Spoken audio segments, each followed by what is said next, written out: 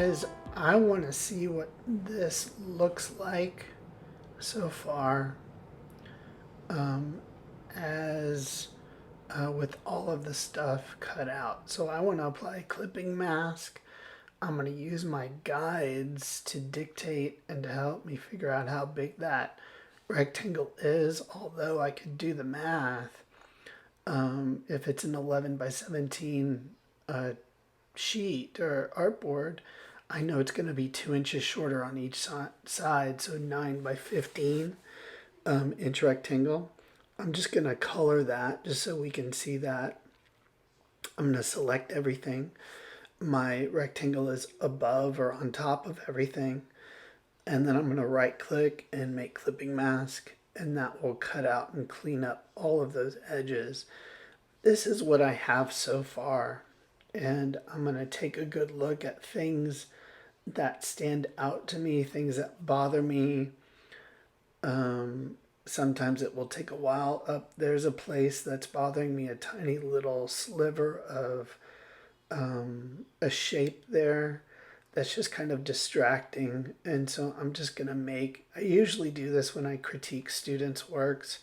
I make little marks like this on their work to show them where they could improve, or little distracting little elements. Look for these things. They're very distracting and they detract from your overall piece. They're so small, it can't help but look like a mistake.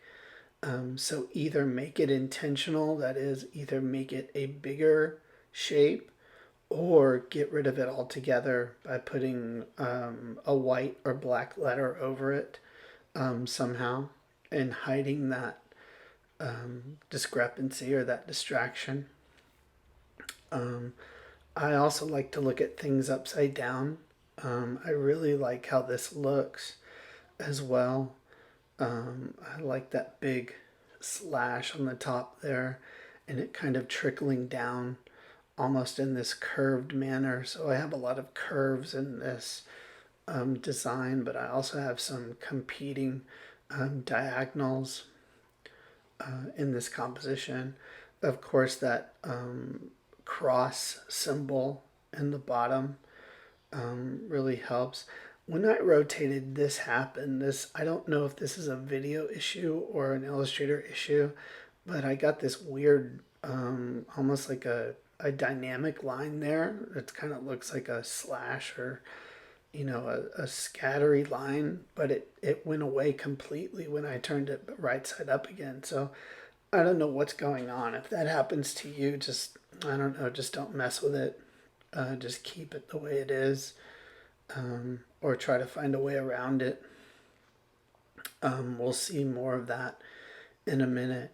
But right now, I'm going to devote my time on trying to fix these little areas that I marked out. So I'm going to pick a letter or a number form that is going to help cover over that little piece that's sticking out there. And although it might not look like too much of a big deal right here at this scale, when this is viewed at its actual print size, it looks like a mistake. So I'm actually using this number 3 to see if I can cover over that little protruding triangle there. And what I found out is that this curvature of this 3 just doesn't really match the way the edge of that piece too well. Although it doesn't look too bad, I really want to keep that straight line. And what I found is if I adjust the arrangement of this number 3, so I bring it up the layer stack, which is command right bracket. Bringing down the layer stack is command left bracket. It doesn't really work as far as a cover up will go. So what I opted for was a letter form that has a straight edge like this P. This left side of the P, I can just fill with white and put over that protruding triangle, and then scale up the P. The hard part about this is to match that that black edge perfectly, and something that you'll see me come back to because I have to adjust that quite a bit. So sometimes you'll find yourself adjusting things minutely. I also like to use nudging whenever I'm fine tuning things. Nudging is using the arrow keys whenever you move shapes or objects around in Illustrator. Works the same way in Photoshop too. Nudging will help you with really short increment moves, more than your mouse could ever do. So I think I got that fixed. Just covered over that little triangle and that cleaned that area up. It's not just so distracting.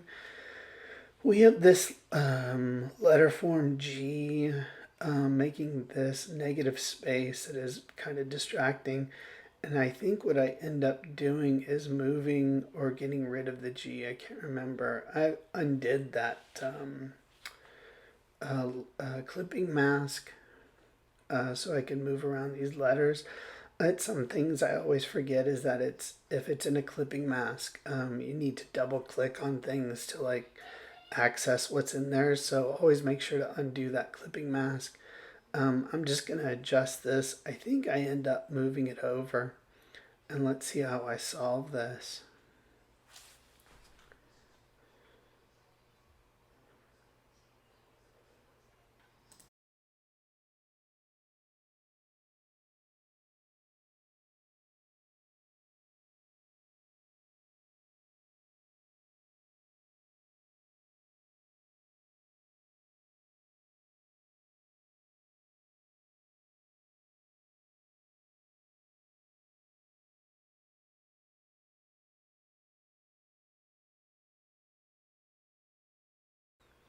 I think I'm gonna end up just filling this with black instead, so it contributes to that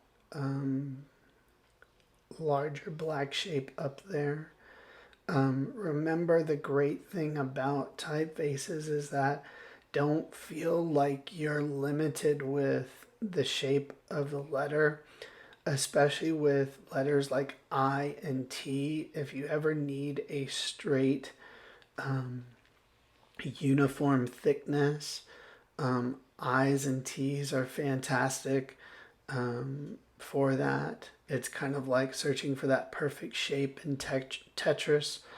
And so if you want a really big bold or something, something you need to cover up that's really small, I's or T's can be great. So be sure and use those to your advantage.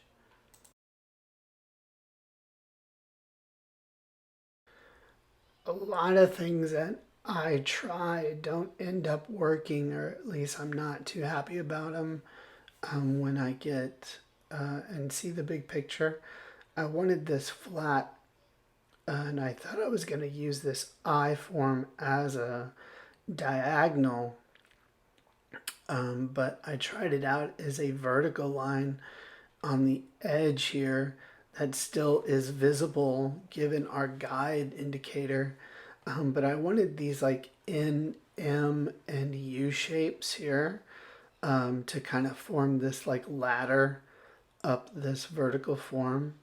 And here I go testing out the clipping mask to see what it looks like again. It looks like I have more things to figure out that I've indicated that I need to cover over and fix. Like I didn't exactly fix that P the first time, so I went back in and there I go, fix that a little bit better. I don't think I end up liking that big vertical line on the right side. It was just too much weight on that one side.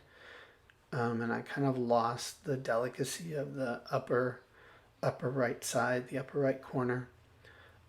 So I'll keep working with this. We'll see what happens. Explore, have fun, and we'll see you in the next video.